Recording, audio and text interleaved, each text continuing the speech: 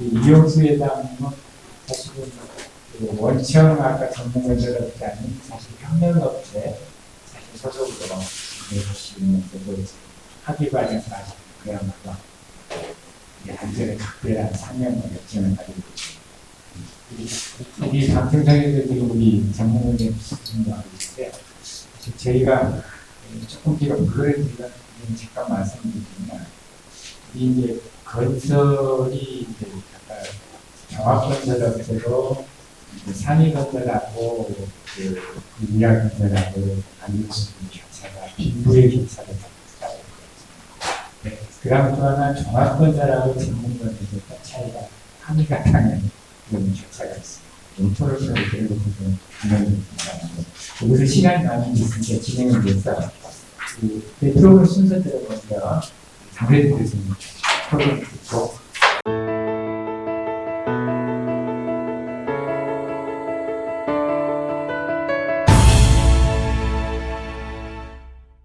예. 부산대학교 전세기입니다. 저는 13년 정도 건설회사에서 근무를 했었고, 2년 전부터 이제 좀 더 이제 그 사회를 위한 일을 해보고 싶다라고 하는 생각 때문에 그 학교에 왔는데, 또 이런 뜻깊은 자리에 불러주셔서 감사합니다. 오늘은 좀 더 제가 말씀드리고 싶은 부분은 좀 더 이제 실무자의 관점, 현장의 관점에서 시각을 말씀드리도록 하겠습니다. 주제는 건설 모니터링 기술의 현황과 로봇 무인 순찰 기술의 등장이라고 하는 주제입니다. 최근에 많은 분들이 말씀을 하셨지만 4차 산업혁명 시기를 맞이해서 자율주행 기술 그리고 식당에서는 로봇이 음식을 나르고 있고 그리고 낙후된 산업이라고 여겨졌던 농업에서도 이미 스마트팜의 형태로 굉장히 많이 진화가 되고 있는데 오늘은 건설 현장에서의 모습들이 어떻게 변화가 되어 있는지 말씀을 드리겠습니다. 건설 현장은 제조업으로 생각을 하면 하나의 공장입니다. 그럼 공장에서의 안전사고를 줄이기 위해서는 어떻게 해야 되나를 살펴보면 여러 가지 관점이 있을 수 있겠지만 굉장히 유명한 피터 드러커의 얘기에 따르면 우리가 측정할 수 없으면 개선할 수가 없습니다. 건설 현장의 모습은 지금 현재 어떨까요?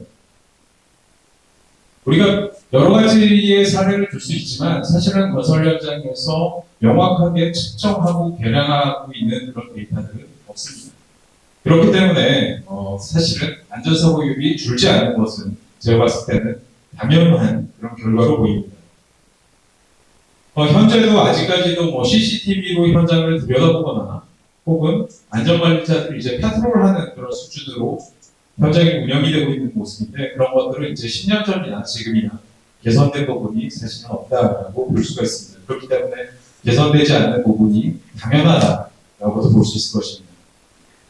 최근에는 많은 소개를 해주셨는데 이제 드론, 지능형 CCTV, 센서 네트워킹, IoT 같은 기술들이 굉장히 많이 활발히 적용이 되고 있습니다.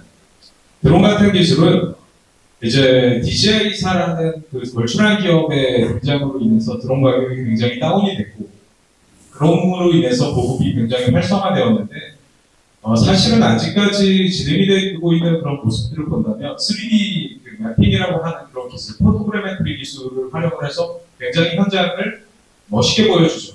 근데 멋있게 보여주고 있지만 어떤 것들을 우리가 안전을 위해서 모니터링하고 측정하고 계량화해야 되는지에 대해서는 아직은 전혀 이루어지고 있는 연구들이 없습니다.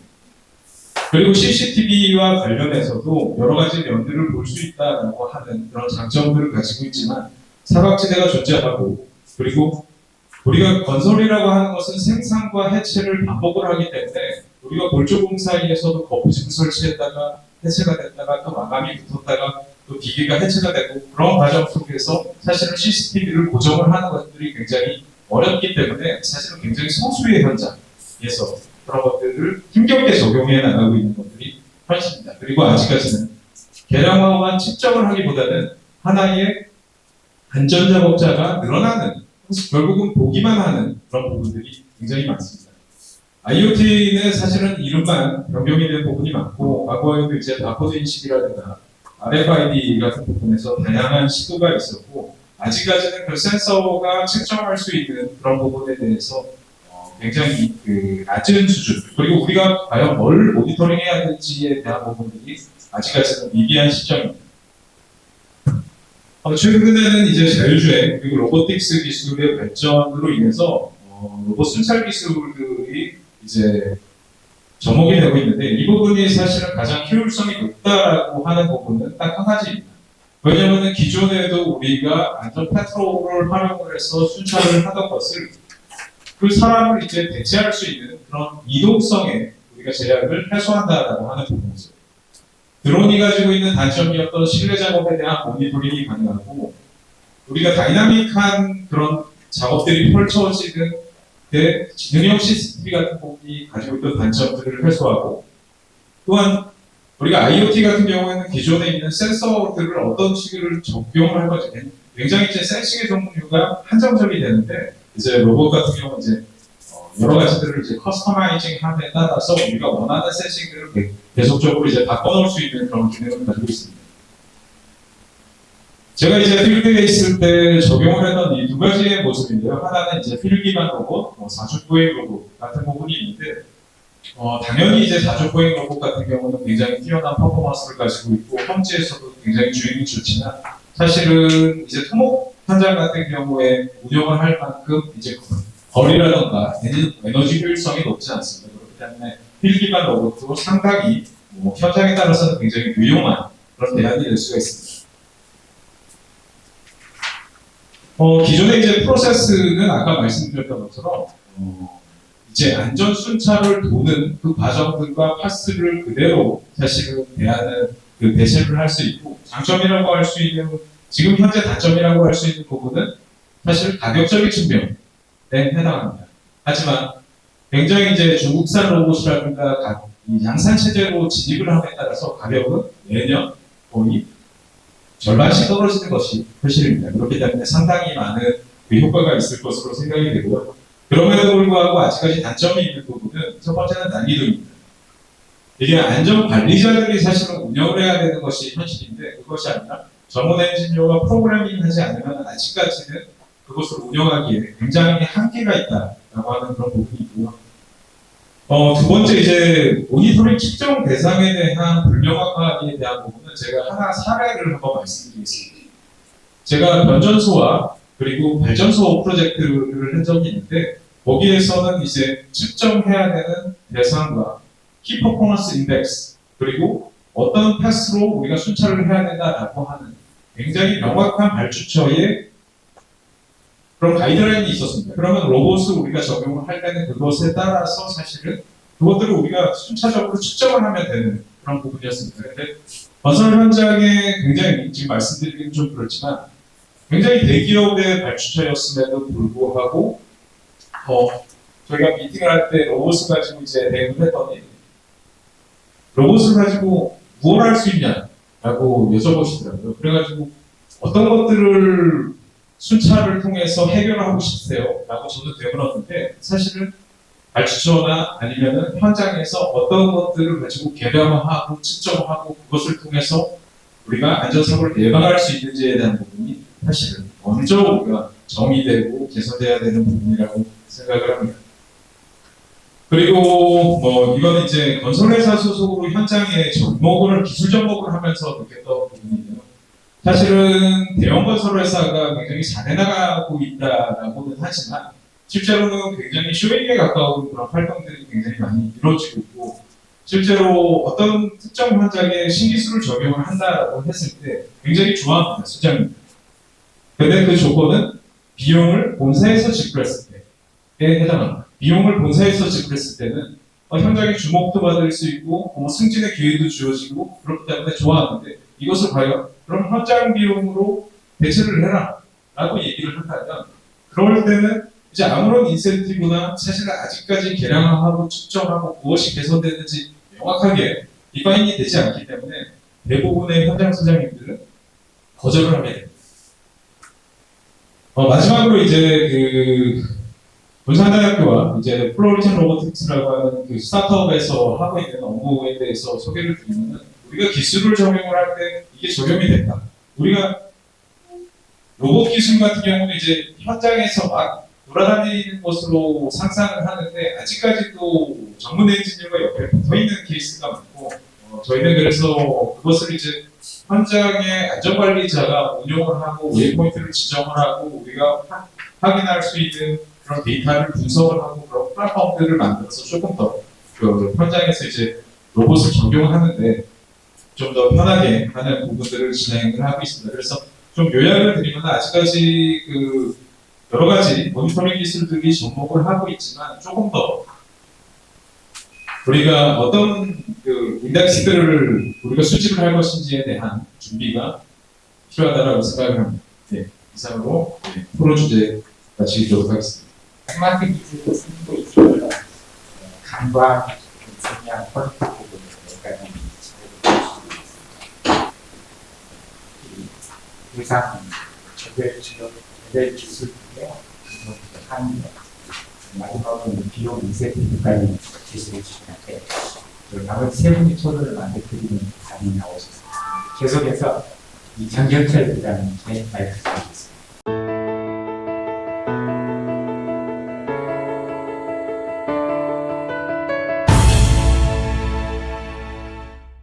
예, 안녕하십니까. 경주지역도시공사 안전계획부장 김수입니다. 제가 오늘 말씀드릴 내용은 이제 발주자 입장에서 본 스마트 안전관리 시스템 운영 성과 및 개선 방안입니다. 저희 공사 같은 경우에는 이제 2021년 이제 중대재해 처벌법이 제정되면서 과연 그러면은 중대재해를 감소시키고 제로화시킬 수 있는 최적의 방안이 무엇인가에 대해서 고민하기 시작을 했습니다. 그래서 저희 나름대로 이제 뭐 규정도 만들고, 뭐 시행령도 만들고, 이게 현장에 이제 안전 컨설팅을 진행을 하긴 했지만, 그것보다는 조금 더 이제 지금 현재 저희가 발주처에 있는 감독들의 입장에서 보면은 안전에 대해서, 안전 관리에 대해서 관심은 많지만 참 그 현장에 업무들이 많아서 특히 요즘 민원이 굉장히 좀 많은 현실입니다. 그러다 보니까 우리가 뭐 산업안전보호법이라든지 고소기술지휘법이라든지 안전 관련된 법령을 다 숙지를 하고 그거를 안전관리에 적용하기에는 한계점이 분명히 있다. 이제 저희 쪽에서 이제 그렇게 좀 판단을 했고요. 저희 안전경영실에서는. 그러면 효과적으로 저희가 안전보호 관리 체계를 구축하는데 제일 빠르게 할 수 있는 방법이 과연 무엇이냐. 이제 거기서 저희가 찾은 부분이 바로 이제 스마트 안전관리 시스템입니다. 그래서 저희가 이제 일단 시범 현장을 이제 3개소를 선정을 좀 해가지고요. 올 9월까지 1년 동안 이제 운영을 지금 현재 하고 있고, 요 운영 시스템의 이제 개요를 보시면은 그 이제 사고 사례 데이터 분석을 이제 근로자 사고율 예측 모델을 해서 현장 근로자의 위험을 시각화하는 부분들.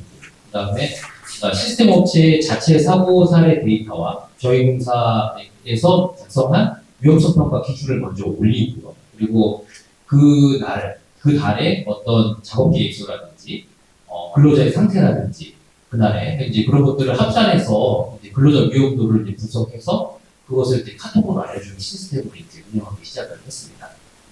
그리고 요거는 이제 그래서 현장별로 저희 이제 안전교육실의 모니터로 현장별로 과연 그날의 위험도 지수가 얼마인지 이제 산정을 해서 이제 데이터로 나타내 주고요. 그리고 또 데이터 변화가 심하거나 아니면은 좀 위험도가 높게 나타나는 현장 같은 경우에는 그 부분들을 저희가 이제 선택과 집중할 수 있도록 그렇게 이제 시스템을 좀 유도하고 있고, 특히 이 시스템에서 사실은 만족스러웠던 부분은 위험도를 이제 수치화되는 부분도 있지만 저희 이제 현장에서 이루어지는 이제 안전보건 활동 이력들을 다 관리할 수 있다는 그런 부분이었습니다. 그래서 현장의 어떤 위험성 평가라든지 뭐 근로자 모니터링, 그 다음에 현장에서 뭐 어떤 점검에 어떤 점검 나온 그 결과를 어떤 식으로 이행하고 있는 건지를 그거를 시공사뿐만이 아니라 건설사업 관리단, 저희 감독, 발주처, 저희 안전교육실까지 해서 실시간으로 그 부분들을 잘 이행되고 있는지 아닌지 판단할 수 있게끔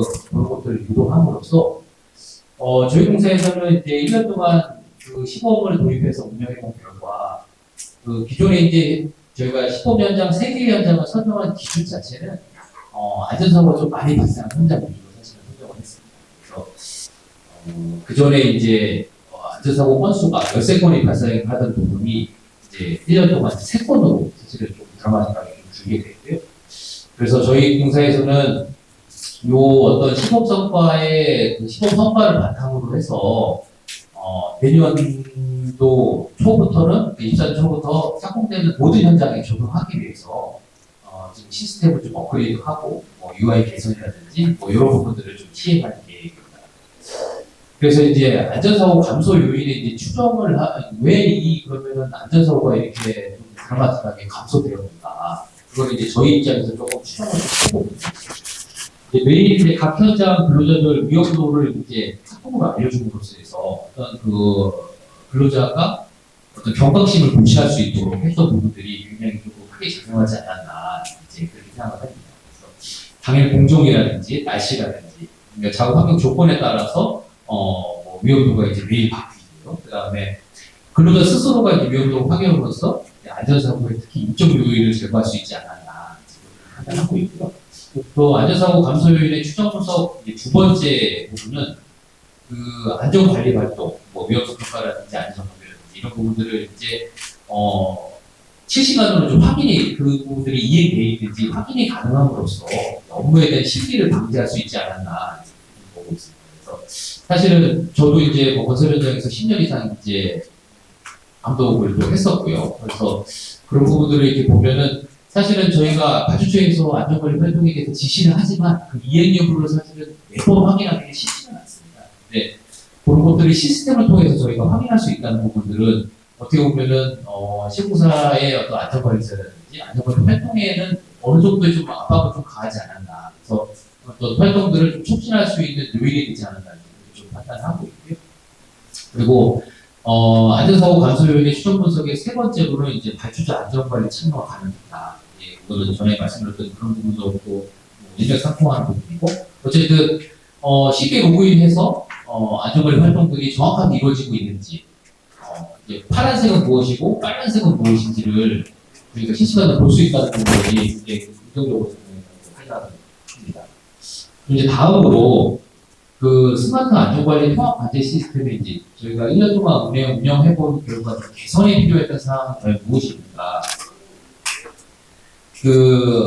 중소 건설사 같은 경우에는 이런 시스템 자체를 갖고 있지 않기 때문에 이제 저희가 제공하는 그 시스템을 이제 100% 운영을 또 했었습니다. 근데 다만 이제 대기업 시공사 같은 경우에는 시공사에서 별도로 시스템을 갖고 있는 경우들이 있었기 때문에 이것들이 이제 중복으로 운영되는 부분들이 사실은 좀 있었습니다. 그래서 이런 부분에 대해서는 어떤 비율이 좀 발생하는 부분이 있었는데 특히 그 별도 운영에 따라서 이제 안전 페트롤 비용이 이제 월 한 700만 원 정도, 그러니까 1년으로 기준하면 현장당 한 1억 정도 소요되는 그런 비용 발생의 문제가 좀 있었다는 부분들. 그리고 결국은 이제 이 부분이 안전관리자의 업무가 좀 중과되는 그런 부분들이 좀 문제점으로 좀 나왔었고요. 그 다음에 저희가 이제 1년 동안 시범 운영했던 시스템 자체는 어느 부분들은 사실은 시스템을 통해서 안전관리가 해결되는 부분이 있고 또 어느 부분은 해결되지 않은 부분들이 사실은 좀 있었습니다. 그래서 이게 이제 모든 어떤 현장에서 이루어지는 안전보건 활동들이 그 시스템에 일원화되는 건 돼야지만 그것들이 효과성이 좀 있지 않나 그렇게 좀 저희 판단을 하고 있고 그리고 저희가 업그레이드할 시스템에는 그 부분을 좀 반영할 수 있습니다. 그리고 세 번째로 이제 좀 개선이 필요했던 사항은 이제 초기 데이터인 위험성 평가 모델링화가 좀 필요하지 않나. 그러니까 저희가 유사한 현장이나 동일 현장임에도 불구하고 이제 위험성 평가 결과가 현저하게 차이가 나서 어느 현장에는 뭐 위험도를 철저하게 좀 관리하고 있는 부분이 있는가 하면 또 어떤 현장에서는 거기 이제 좀 낮게 평가돼서 관리되지 않고 있는 그런 현장들이 있다는 것을 발견하게 됐습니다. 그래서 이 부분도 저희가 이제 업그레이드 사항에는 위험도 효과를 좀 모델링화해서 기본적인 데이터를 좀 주어지고 현장 여건에 대해서 좀 수정해서 적용할 수 있는 그런 방안들을 좀 구매하고 있고요. 그리고 또 이제 매일 아침에 사실 출근하게 되면은 현장별 모니터에 현장별로 위험도 지수가 나오게 되는데 변화 자체가 조금 미미한 부분들은 좀 알고리즘의 변화가 좀 필요하다. 그리고 특히 그 단계별로 이제 안전 책무에 대해서 특히 저희 이제 발주자 입장에서 어떤 일을 내가 예를 들면은 시공 단계에서 2단계에서는 어떤 업무들을 해야 되는지를 좀 알리는 걸 좀 주어져서 그런 부분들이 신경하지 않도록 하는 부분들이 좀 필요하다고 판단을 했고요. 그 다음에 또 향후에 이제 지금 부회장님께서 말씀하신 스마트 안전장비 중에 웨어러블 다른 시스템과 또 연기가 좀 필요한 부분들이 좀 필요하지 않나 그렇게 생각을 하고 있습니다. 그래서 저희 지치공사에서는 좀 이런 좀 말씀드렸던 그런 부분들을 좀 업그레이드해서 내년에는 좀 더 고도화되고 또 어떻게 보면은 저희가 이제 이 시스템 자체는 사실 도시개발공사에서는 최초로 좀 시행을 좀 했었거든요. 그래서 그런 어떤 운영 성과들을 저희가 다음에 어떤 이런 세미나 프로그램에서 할 수 있는 기회가 됐으면 좋지 않나 그렇게 하고 있습니다. 네, 마치겠습니다. 감사합니다. 현재의 합의와 연구로서 굉장히 희망적인 성적 제도의 사례를 기대를 더 크게 보는 것 같습니다. 그 수령 요인 분석과 사업 판단까지 구체적으로 말씀드렸습니다. 중요한 것은 역시 추동을 하게 되면 이쪽이 대부분 한번 중요하고요. 또 하나는 중요한 거는 이전에는 한주가 있는데 적극적으로 나서야 되고 주다가 나서야 되는 중요한 교훈을 주신 것 같습니다. 계속해서 이충 소장님 말씀 듣겠는데요. 이거 뭐 토론장을 다 말씀하시면 시간이 좀 필요할 것 같은데 가능하면 추가를 해주시면 좋겠습니다.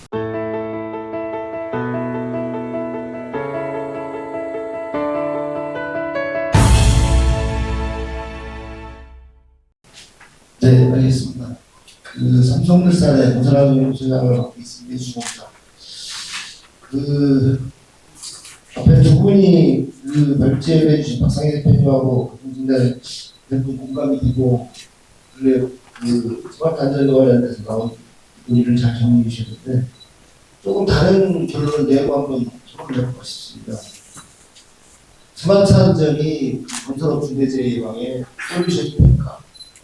저는 안 된다. 이 문제를 놓고 제가 얘기를 하면 왜 그러냐? 전부 다 모든 해법을 사람에다가 맞춰놓는다. 스마트 안전. 사람을 모니터링하고 감시하고 사람의 불안되는 행동에 맞춰놓으니까 그러면 결국 불안되는 행동의 억제를 통해서 제일 예방할 거라는 걸 결론나야 되는데 지금까지 사람의 행동을 제어해서 제가 줄여줬나요? 알겠습니다. 이거는 해법이 뭐 줄이긴 줄이고 지금 현재 쓸 수 있는 방법들의 여러 가지 중에 하나가 이건 중요한데 이게 궁극적인 대책이 될까라는 부분에 대한 회의가 있다.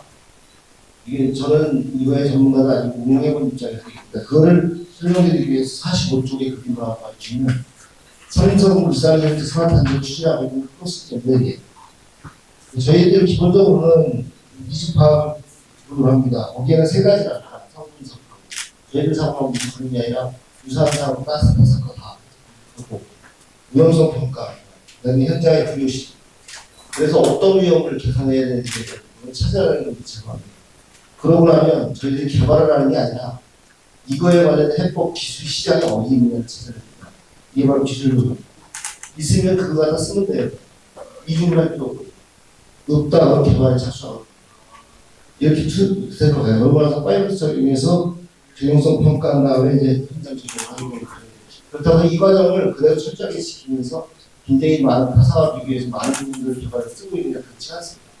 뭐 여기 내용 다 읽어보셨으니까 아시겠지만 거의 비슷하게 일본 건설업체를 쓰는 정도의 것들을 개발해서 제공하고 있다라는 건데 절차 부분이 갖고 있다. 근데 솔직히 말씀드리면 여기서 적용성 평가, 얘들 평가를 하고 있지 못합니다. 이게 적용이 제대로 돼서 신뢰성에 문제 없는지에 대한 평가가 이루어져야 돼요. 이런 부분들이 전부 다 보강해야 될 부분들에 전문가가 있다. 이 말씀을 드리는 이유는 왜 그러냐면 구조적으로나 기술적으로나 품질적으로나 공법상에서 나타나는 문제로 접근이 되지 못하고 스마트 안전 기술이라는 것을 용어 자체로 그렇게 쓰죠. 일본의 스마트 안전 기술이라는 말이 없어요. 구조에 적용을 해서 안전을 스마트를 꾸리기가 있어요. 구조가 어떻게 바꿔줄 건지. 근데 이 부분이 우리는 굉장히 접근 자체를 정부에서도 지금 나오는 대책들을 보면 정부나 이런 분들 나오는 스마트 안전면에서 나오고 있는데 실질적으로 보면 기술적 요즘 나는 건설 일분사 사업들은 거의 대부분 기술사업, 품질사업입니다. 그거를 어떻게 막을 거냐. 예를 들자면 도장 작업자들이 계속 떨어져나가는 목표에 대한 문제가 생기는 거는 도장 로봇이 됩니다. 안 올라가면 됩니다. 예를 들자면 이게 이렇게 개발이 돼줘야 되는데 그걸 어떻게 감시해가지고 와이어로프를 어떻게 측정을 해서 진짜 이 문제를 볼 것이며 그 근로자 관련해서 하지 않고 부정을 받고 뭘까를 찾아보면 근본적인 부분이 해결이 안 됩니다. 그래서 예를 들면 볼트 시공을 할 거예요, 용접 시공을 할 거예요. 용접 시공을 하면 10가지 이상의 무용지 볼트 시공할 거는 다 없어져요. 불꽃의 화재 예방서부터 시작해서 여러 가지가 이런 부분들이 실질적으로는 스마트 안전뿐이 아니라 DFS나 공공에 대한 부분들에 대해 전반적으로 같이 검토가 돼야 되는 부분인데 스마트 안전만 놓고 보면 사실 이런 문제가 생긴다는 것들이 저희들이 지금 실제 실무에 살면서 느껴지는 한계점 같은 것들입니다. 그런 부분에 극복이 되지 않을까라는 것이 제 생각입니다. 그런 측면에서 4가지 정도의 제안을 써놨는데요. 간단하게 설명을 드려보겠습니다.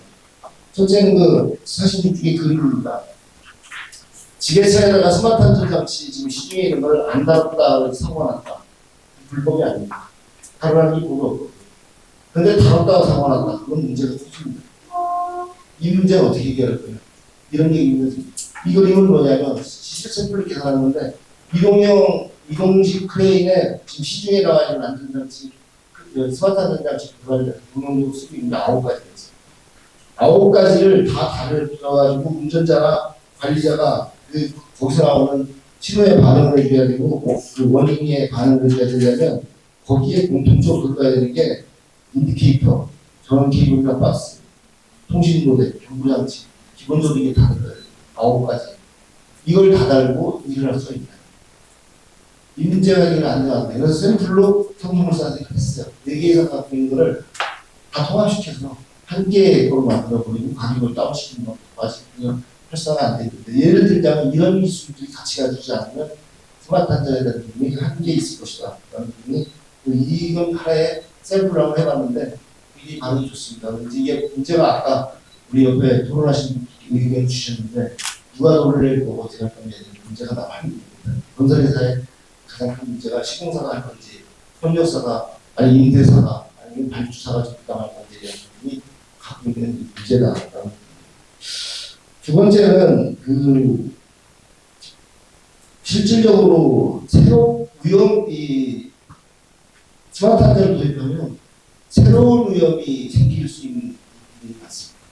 이 문제를 해치해주지 못하면 이 위험 자체가 또 다른 문제를 만들 수 있다는 부분에 대한 신뢰성 문제가 있습니다. 이거는 어떻게 보면 여러 군데서 정리를 해주셔야 되는데 기본적으로 개발업체에서 신뢰성 있는 걸 개발해 주시기 일차겠지만 실질적으로 검증될 수 있는 시스템이 국가적으로 갖고 있지 않다는 거죠.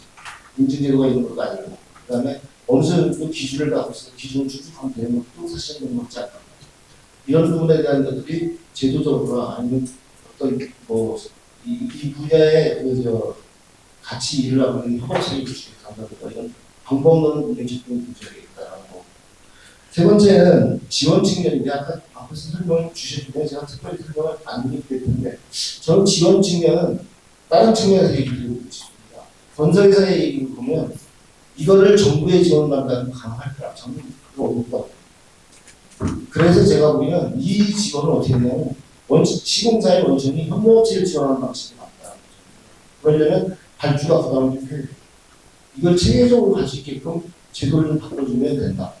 삼성이 지금 갖고 있는 이거를 지원하기 위해서 하고 있는 게 1년에 표준안전가리 이외에 약 250억 정도의 안전 강화 정책을 지원하고 있습니다. 또 하나 지원 방법 그냥 돈만 주는 게 아니에요. 돈만 줘갖고 안 됩니다. 뭐를 하게 되냐면 인정제를 도입했어요. 3스타를. 그래서 2스타 이상을 못 받으면 협력업체 입찰이 취소되고 입찰을 들어올 수가 없어요. 그걸 저희들이 지금 하고 있는데 왜 그러냐면 기준을 지켜라. 대신 돈을 주고 양도를 하는 거예요. 여기에 들어가 있을 수 있는 돈들 이런 것도 하나의 방법이지 않을까. 근데 사실은 이제 삼성 정도니까 그걸 하시라고 얘기하실 수 있을 거예요. 맞습니다. 근데 중소건설업체에서 부담하기 어려워요. 우리가 건설해야 될 발주 체계나 시공사가 규제라든가 제도가 여러 가지 그래서 이런 부분들을 분담할 수 있는 방법들을 찾으면 어떨까 하는 겁니다. 마지막으로 공유체계 구축에 대한 부분을 말씀드리고 싶은데 스마트 안전 이것뿐이 아니라 모든 게 그런데 다양한 분들이 다양한 계층에서 각자 하다 보면 굉장히 많은 과잉 투자 내지는 신뢰되지 않는 것들에 대한 시장 진입 여러 가지 문제가 날 수 있는 특징이 있다는 거죠.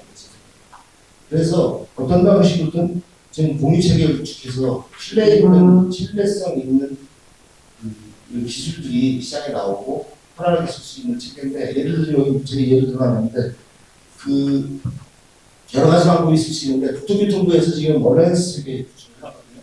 아직은 뭐 그냥 도면상에 나온 정도로 행정서류에 불과한데 저는 좋게 봤어요.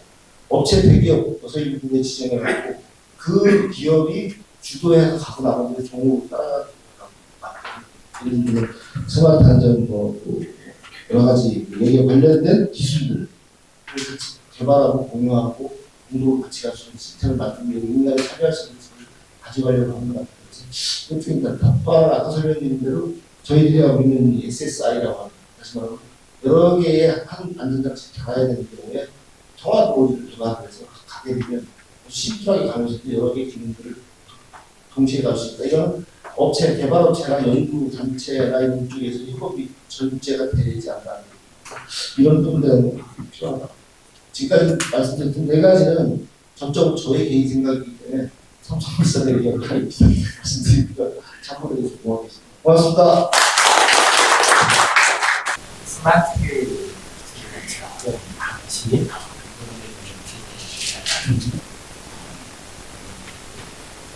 그다음에 문제의 한계를 제기하는 휴게실까지 휴게실에서 제가 상의하는 힘든 그리고 정책적으로 반영해야 할 마지막으로 이용시장을 부탁드리겠습니다.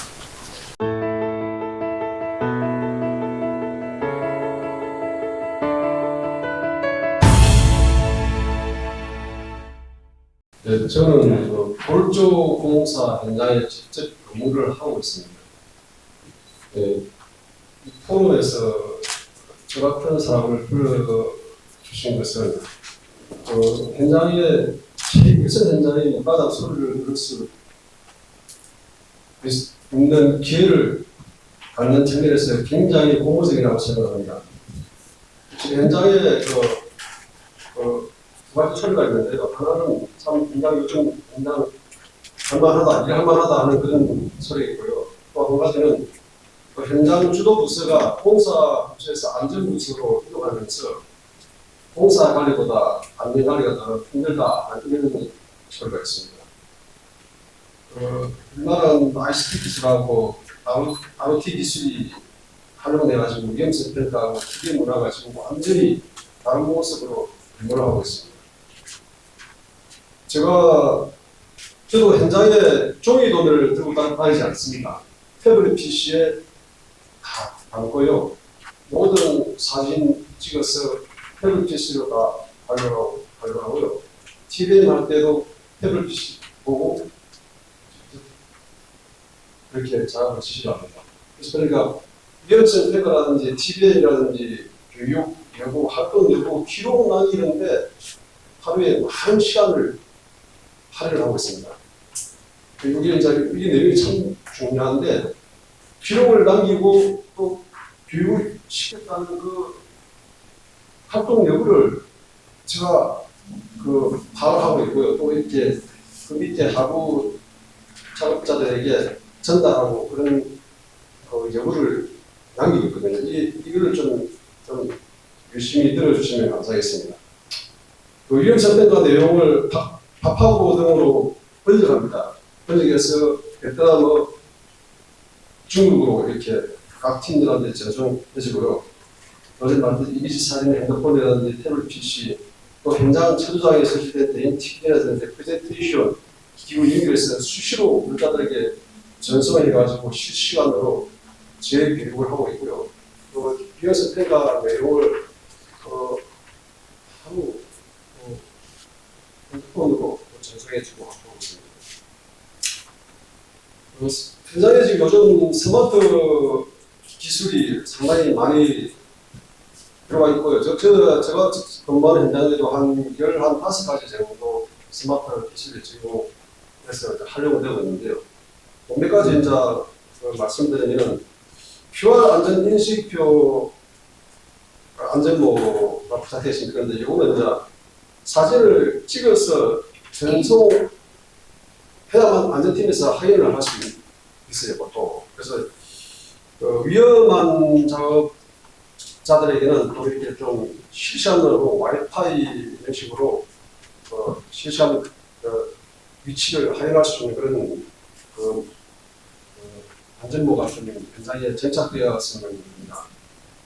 조금 전에도 이야기했듯이 적재 하물차 위에 올라가서 작업하는 분들을 위하여서 난간대하고 생명로프를 설치할 수 없는 그런 상황이 많아요. 그래서 웨어러블 안전조끼, 에어백 조끼죠. 이제 현장에 보급되어 있는데 그리고 상당히 고가이기 때문에 이런 것도 현장에 많이 보급되면 참 좋겠습니다. 현장에 이동하면서 위험 구간을 실시간으로 촬영하는 도구가 이동캠이 있고요. 바디캠이 있습니다. 그런데 이동캠, 바디캠은 상당히 비싸고요.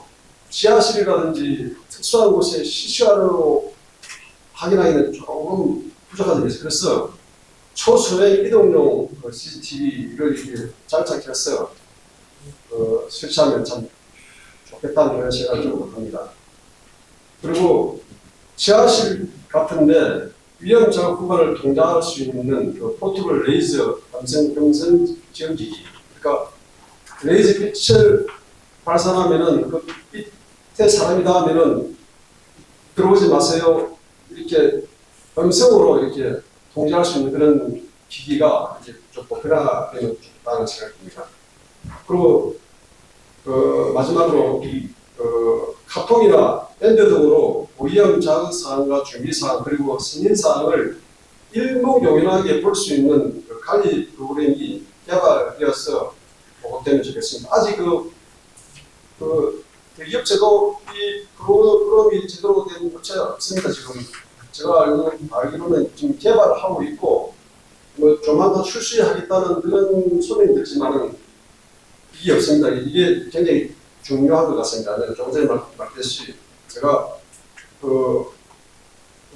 지금 중대재해처벌법이 행위자의 초점에 맞춰져 있어요. 그러다 보니까 현장을 관리하는 저 역시도 이 많은 시간을 내가 교육을 시켰다, 지시했다 하는 여기에 초점을 맞춰져 있어요.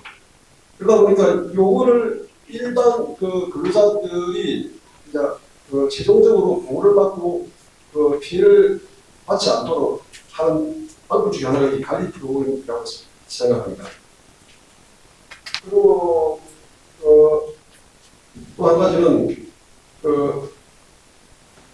아무리 좋은 제품이 개발된다고 하더라도 현장에서 그렇게 장비를 부담 없이 구매할 수 있는 재정 확보가 중요하다고 생각해요. 그래서 저도 중요한 위험 작업 부분에 대해서는 견적할 때 자세히 인건비, 경비와 함께 시설관리 항목을 만들어서 실제적인 안전관리가 집행되도록 할 필요가 있다고 생각합니다. 세 번째는 건설업의 중대재해 예방을 위한 지원으로는요. 첫째로 지금까지 현장에 안전사고가 많이 나게 된 이유가 뭐냐면은 안전관리 부서는 공사 현장에 경험이 많은 베테랑이 배치가 되어야 되는데 지금까지 우리나라는 그렇지 못했어요. 안전부학에서 야구를 나온 사람이 소위 말해서 공사 경험이 없는 분이 안전관리자로 배치돼서 운영하다 보니까 이런 분들이 말빨이 쓰지 않아서 현장에 많이 부실하게 운영됐다고 생각합니다.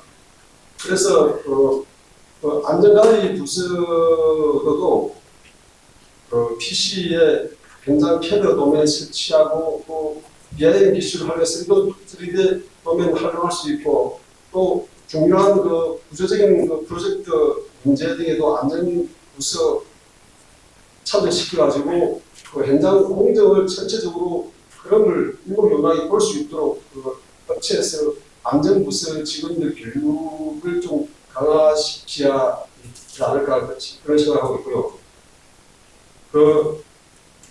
50을 이하 수공 현장에는 안전기능사 제도를 신설해서 안전관리자를 실질적으로 배치하는 쪽에 파이낸셜을 하고 있습니다. 왜냐하면 50억 이하의 사망 사고율이 전체 71.5%를 차지했거든요. 그래서 지금 50억 이하에는 제가 알기로는 겸직을 하고 있는데 우리도 건축 기사 제도도 기사 산업기사 경영사 있듯이 안전근자에도 기사 산업기사 경영사 제도를 만들어 가지고 공사 금액이 적은 곳에는 좀 쉽게 자격증을 따서 많은 사람을 안전관리자로 배치해서 이렇게 운영을 할까 하는 그런 생각을 해봅니다. 장입니다. 저는 현장에서 굉장히 스마트치를 불편한 점이 있을 것 같아요. 생각보다는 불편한 점은 많이 말씀이 없었고, 오히려 충분 사항이 많았던 것 같습니다. 또 하나는 이제 현장에서 안전 전문가들이 건설 기술을 가진 사람들이 아니고 현장 안전만 하다 보니까 사실 보기나 통계 이런 거를 다 알아야 공사팀에 맞는 지도, 조언, 모두가 건의가 가능한데 그 막상 현장에 이야기를 하는 설득력이 떨어진다는 그런 말씀이습니다. 이상으로 네 분의 토론을 들었는데요. 저희가 약속된 시간보다 조금 초과가 된 것 같습니다. 먼저 하나의 직무 많고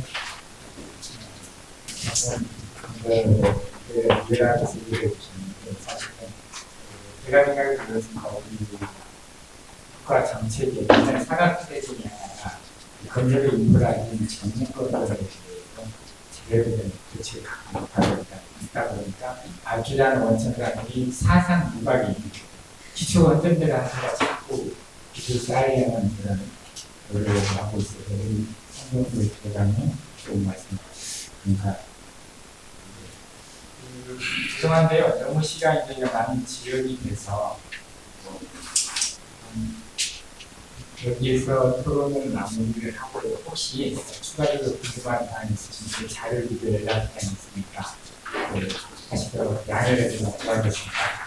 물론 제가 좀 더 진행을 하겠으면 많은 분들이 질문을 받을 수 있습니다. 그리고 또 오늘 정부나 프레스도 정부도 많이 와주셨는데 하시고 싶은 말씀 많이 해주세요. 그래서 제가 좀 간단하게 마무리를 키워드가 스마트 직소라고 이루어졌고 스마트한 제도를 거기에 PDF까지 같이 하는 방향을 약간 키워드를 준 것 같습니다. 그리고 중요한 것 중에 하나는 이제 제가 건설을 주셨는데 건설 사고 상황 지진이 훨씬 많이 있습니다. 세계적으로 건설에서 일반 진격으로 세계 정도가 제일이 높았다는 것을 제가 우리나라 건설은 한국과 훨씬 더 다르다라고 감탄하는 것이고 대표적인 하나가 사망사고 많이만 말씀 약 2배 정도 뻥튀기가 되어 있습니다. 왜냐하면 상시 근로자 수를 갖다가 평균 임금으로 살생하다 보면 실제 근로자보다 2배가 나옵니다. 실제 우리 건설 근로자는 2만 명이 되시고 그리고 사회 통계 따라 보면 부모가 300만 명입니다. 우리 지표, 사회 지표를 굉장히 정확도가 떨어진다는 것, 참고로 트렌드는 볼 수 있겠지만 제일도 마찬가지입니다. 아직도 세상에 원래 일반 중상에 가지 않으면 신고 안 합니다.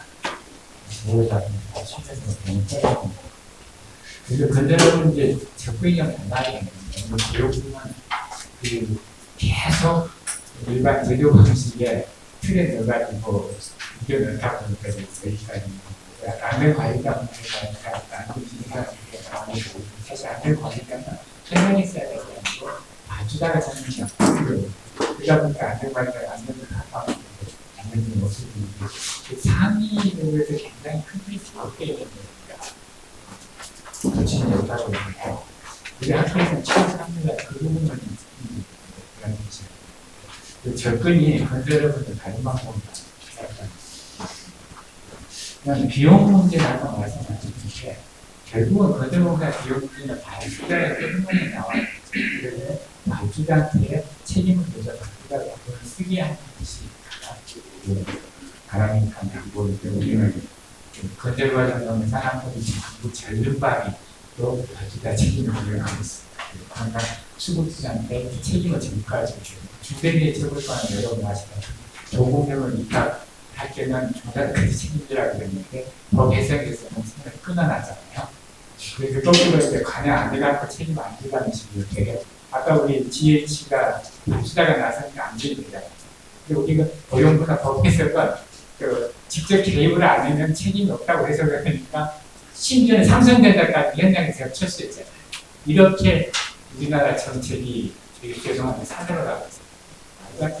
세계적으로 안전 수준이 다 높은 데는 아랍권의 세계를 가면 발주자가 철저하게 챙기니까 우리는 계속 발주자를 면책시키는 거예요.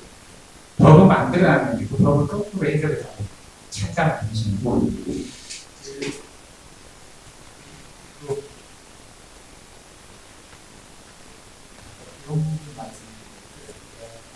마지막으로 이제 저희가 이제 스마트 기술이 어디까지나 도구 이제 저는 이해가 되는데 가시하고 이제 분화하다 보니까 우리가 건설 안전 모든 안전에서 가장 중요한 게 또 진정성이거든요. 내가 필요성을 느껴서 자율 안전은 사실은 진정성에서 나와야 되는데 우리는 진정성에 대한 동기부여 장치가 아직 없다. 대표적인 예를 아시다시피 산업법 40년 됐는데 40년 동안에 자율안전 동기부여 못했거든요. 지금 스마트한 그 위험성 갖고 동기부여 한다는데 그 동기부여 아닙니다. 위험성은 도구일 뿐입니다. 크게 생각하고 있습니다. 뭔가 움직여야 할 기세가 아직 없고요. 아까 협력업체에서 평가하는 말씀드렸는데 싱가포르 같은 경우는 비지세이프라고 해갖고 국가 시스템의 협력업체 30평가치가 작동을 하고 있어서 그러니까 다 같이 그걸 가면 되니까 아까 우리 손준교 부장님 말씀하신 그런 부분이 하나도 없어요. 협력업체가 알아서 국가 기준명하고 스테이지 5스타 중에서 가면 되는데 금년까지는 3스타, 내년에는 4스타, 그 다음에 5스타 그리고 발주자의 역량에 따라서 그 스타를 선정해 주는데 우리나라 업체들이 지금 싱가포르에 가는 대형 공장은 전부 최근에는 5스타까지 따려고 공장 입찰을 가면 그러면 원청사와 관련된 거 없는 거죠. 우리는 이만큼 정책적 도구는 없이 그냥 계속 그 실제 업체들만 힘들게 만드는 정책을 피우고 있습니다. 안타까운 일이죠. 마지막으로 그 스마트 기술의 한계에 대해서 우리가 그 모니터링식으로 해서 되려 진정성, 자발적으로 하려는 의지를 계속해서 필연적으로 만드는 경제들이다 해야 되는 거죠. 그나마 한 가지 희망이 있다면 우리가 스마트 기술이 우리 삶을 변화시켜 나가지 예를 들어 개발한 기술들이 역으로 사회가 기술을 변화시키고 기술이 사회를 변화시키고 이 기술들이 변화하는 생각을 변화시킬 줄 알아요. 오늘 아주 최고의 발제와 최고의 토론으로 유일한 시간이 될 것 같습니다. 아시다시피 분석 커버지 내고 굉장히 끝까지 감사드립니다. 감사합니다.